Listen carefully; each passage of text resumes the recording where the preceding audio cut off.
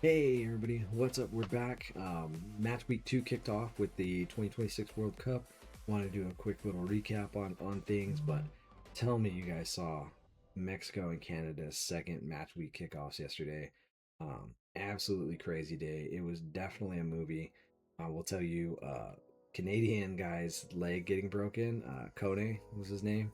Canada's emotions ran high after Ismael Kone suffered a severe injury that left him stretchered off while teammates gathered around in shock. The stadium fell silent, the weight of the moment unmistakable.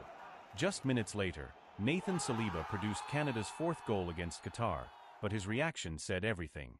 He pointed toward the bench, dedicating the strike to Kone with visible emotion, turning a routine celebration into a powerful gesture of support and unity. Totally wild. I mean, that's all over the news, of course. And famously, Qatar goes down. Two red cards. They're down to 9 guys, and Canada just mops the floor with them. I think it ended up being 6-0. Totally wild. Sucks for that player. Being out with a broken leg in the World Cup.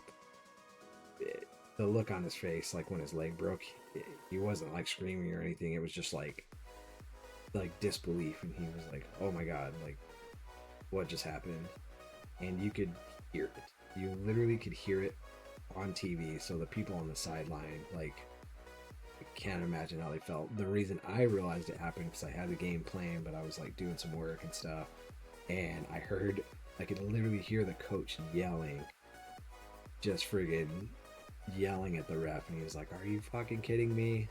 That's only a foul. What do you mean? Like, they had initially just given the guy a yellow card, but it was a really bad challenge. It was schoolyard stuff. Like, this was not professional football being played by Qatar yesterday. I'll tell you that.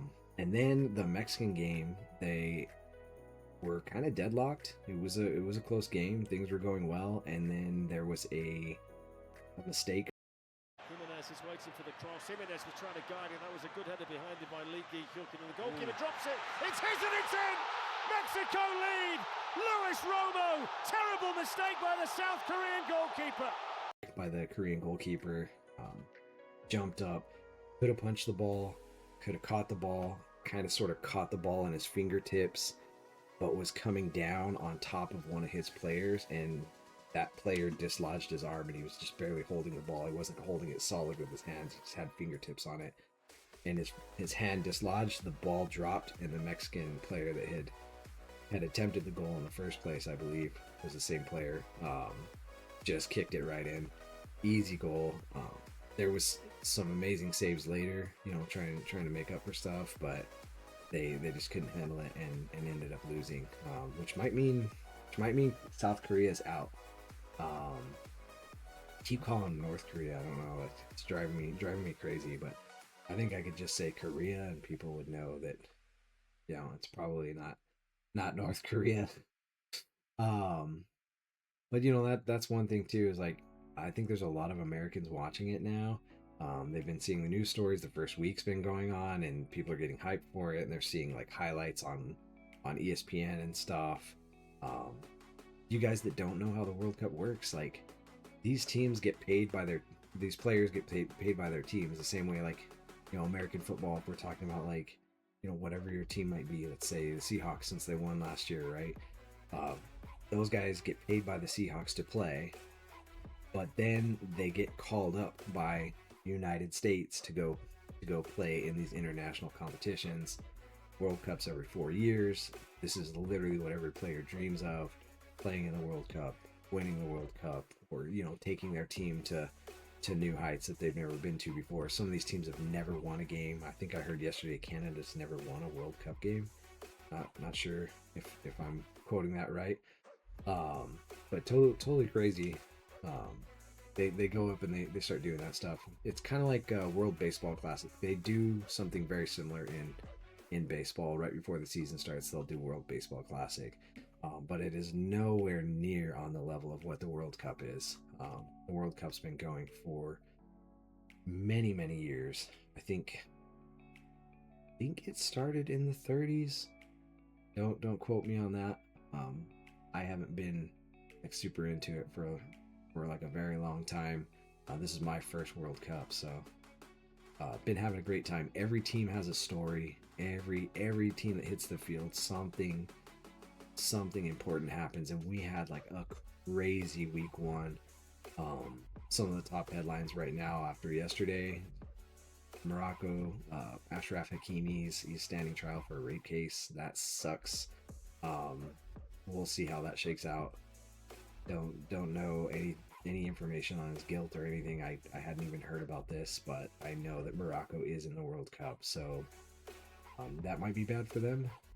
Obviously, even if he's not taken out, his focus is not on the game. Same thing for Messi. I saw something come out about his father having a health issue, and then I quickly, after a couple hours, saw another story come out about his family condemning irresponsible reporting. So maybe his dad's not sick and somebody just heard a rumor and they instantly threw that out. But either way, that's going to be in the back of Messi's head. That kind of sucks. Like, really just absolutely irresponsible for people to be reporting that way during a World Cup. Let's see, the Korea goalkeeper mistake there. That's one of the top stories. Of course, the Kone injury there with Canada. Speculation on the U.S. men's team. Everybody's talking about Pulisic, whether or not he's going to be healthy or not. It's not looking like it. They're going to play today at noon Pacific, so that'd be 3 p.m. over on the East Coast. Yeah, a bunch of stuff about Spain. Of course, they're fighting off criticism because of their tie that they had this week against a very small team. But that was definitely a win for that team. You think a tie is boring, but it means a lot for that team, especially in the group that they're in. If they can do well against the other two teams that are notably not giants like Spain, that's cool. Take a look at the schedule for today. United States kicks it off, like I said, noon Pacific time against Australia. Australia did great last week, so they may provide some competition for us. The United States did better than anyone's ever seen them play. I've seen the stories come out. I wasn't even going to watch them because I just knew they were like bad. But my buddy invited me over, and we watched them, and they did play well. It was a good game. I was pretty happy to see that. And for almost the whole week, our player was the top goal scorer with 2 goals. Notably very few games in the World Cup comparatively to like a normal season. So 2 goals is kind of a lot to have in the first game, but along come the big boys, and Kylian Mbappe scores 2. Same exact day. Erling Haaland with Norway is playing. He scores 2, and then Messi comes in with the hat trick. And right now Messi's leading the stats with that 3 goals scored. Pretty awesome. I love to see it. So matches today, we've got Scotland, who came and drank Boston out of all their beer last week. They're going against Morocco. Honestly, going for Scotland. Like, this is their first World Cup, I think, since 1998, and it's a big deal for them. And their fans are showing out. Let me tell you what. The United States and Australia are playing in Seattle, Washington, over at Lumen Field, where the Seahawks play, where the Seattle Sounders play, and Seattle takes their sport seriously. They show out for their teams, and I think for the United States, I mean, fans have been showing up and showing out for sure, but I think in the case of that game, like, it's going to be loud in there. People are going to be cheering. It's going to be crazy. We'll probably see a lot more red, white, and blue than we do. I guess Australia's red, white, and blue as well, but you know what I mean. We'll see a lot more of the stars and stripes. Brazil and Haiti. I don't know. I think Haiti's up against it, but I also think Brazil kind of sucks. Like, they are not doing great, and they did not perform well in their first match. Turkey got destroyed by Australia, which is why I'm kind of worried there. And then we obviously beat Paraguay, so we'll see what happens to Turkey. Hopefully they get a win out of that one, so they have a chance. Anyway, those are the matches for today, and plenty more coming up. ESPN app or ESPN.com has their own World Cup thing. Pretty nice. you can go through and see all of those. I wanted to take a look at the standings, and I was able to get a bracket, guys. I was able to actually do the bracket challenge. I know we did the card rip, and the cards predicted Messi would win with that little game I played on our Hobby Blaster Donruss rip. But I was able to get this, and I just went in and picked the teams that I thought were gonna win. So I kind of wanna take that and see where the teams lie now as per what I picked initially. Really just starting with the groups down here at the bottom. Mexico is number 1, and I had them set at number 1. Korea is number 2. You know what? Do our markup as a... We'll do greens. We'll do greens for the ones I'm right on. Let's think. Green, green, and Czechia and South Africa right where I thought they would be, but I'm not gonna mark those guys yet. Let's see, Group B. I had Bosnia and Herzegovina at the top. That is not right. Canada number 2. They are number 1. Sort of tied with number 2. With that win yesterday, they are in. So really, I'm just looking at the top 2 teams, like who's making it through. And Switzerland is in. So I'm definitely wrong on that one. I had them, or I had them at number 3 right now. So they were kind of like iffy. But Canada's in. You know, and I had marked them to be number 2. So Scotland and Morocco. I did have Morocco, but I had Brazil being number 2. Right now, Morocco's in, but they are tied almost exactly with Brazil for number 2. So we'll have to see. Haiti, you know, down at the bottom where I thought they'd be, but Scotland, had them at number 3, and they're number 1. So might be I might be wrong on that. We'll see. They did the unthinkable last week. So USA had them at number 1, and they're at number 1. I don't know why I put USA number 1. I think I maybe rethought and I was like, you know, Mexico, Canada, and the United States are probably gonna do well just because they're host countries and their groups are kind of padded. I had Turkey at number 2, and they are not. They have 0 points currently, so we'll see what happens to them. Did not have Australia on my bingo card there. That is wild. Let's check out Germany. Germany number 1. They destroyed, but Curacao scored 1 goal, bloodied their nose a little bit, and that is the big boy in the group. So Ecuador, I'm wrong on that one. So we'll move on. Sweden number 1. I am right there. I had Netherlands as number 2. They're not. They're tied with Japan, so I guess technically they're number 2, but they're not doing good.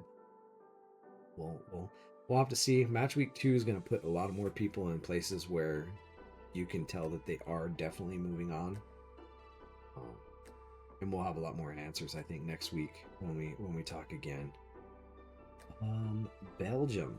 I had them as number 1, and they are not. Their whole group is tied, so it's kind of hard. I don't know. I'll probably put that one as like a squiggly yellow line or something. Spain. Let's see. Spain, I had them at number 1, and they tied, so their whole group was a tie as well. Like, there was a whole day of just ties. 4 matches were ties, and it was so bad. So that group is basically like their whole first week didn't matter, really. France. Let's see. Got. I hope you guys are see all the way to the bottom. Yes, just to the very bottom. So France is actually right behind Norway. Norway scored more goals than France, but number 1 and number 2, and that's what really matters for moving on to the next stage. Number 3 is going to be a little harder to judge, especially since most of those teams are tied with 0 or 1 point. The ones with 1 point are definitely ahead right now. Argentina number 1. That did happen. Messi did Messi things, and that's where they are. Austria number 2, so that is correct for now. Both of those teams won, but notably Argentina won by more. Portugal, disappointment. They did not get a win. They ended up with a tie against Congo. They were pretty disappointed in that. Colombia won. Portugal's technically second, but I'm going to give them a yellow, I think, when I get to that. England did win. Oh my God, the goals. The goals came in. Harry Kane came in. Jude Bellingham came in. There were some goals to be had there. And Ghana, who I marked last, they are in second right now. Panama and Croatia not doing so well. So the teams that I was wrong on, we've got Bosnia, Brazil so far, Turkey. I want to say I was wrong on Turkey. I don't know. Yeah, I mean, they're not winning right now. Let's see. Ecuador, I feel like I was pretty wrong on that. I had them at second, and it's currently Ivory Coast. So, wrong there. Netherlands, tied for second. I'll give them a yellow.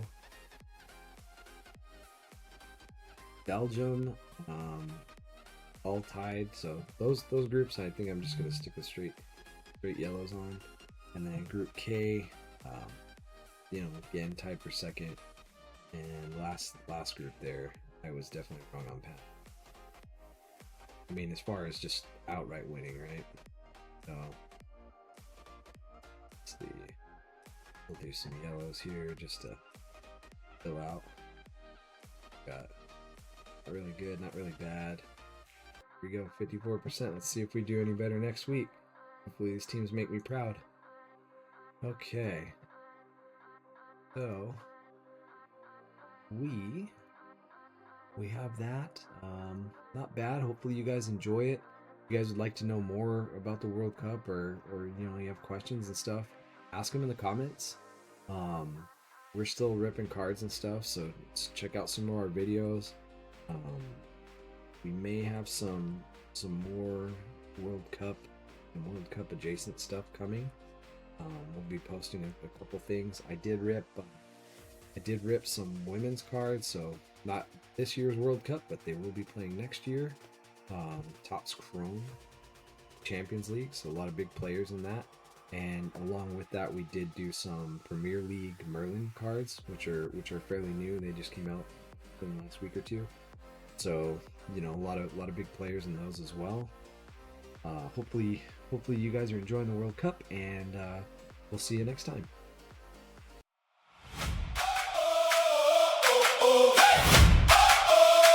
Yeah. Let's go. Hold up. Eyes on the floor, you're shaking my hands. I'm about to be royal. One clean pour me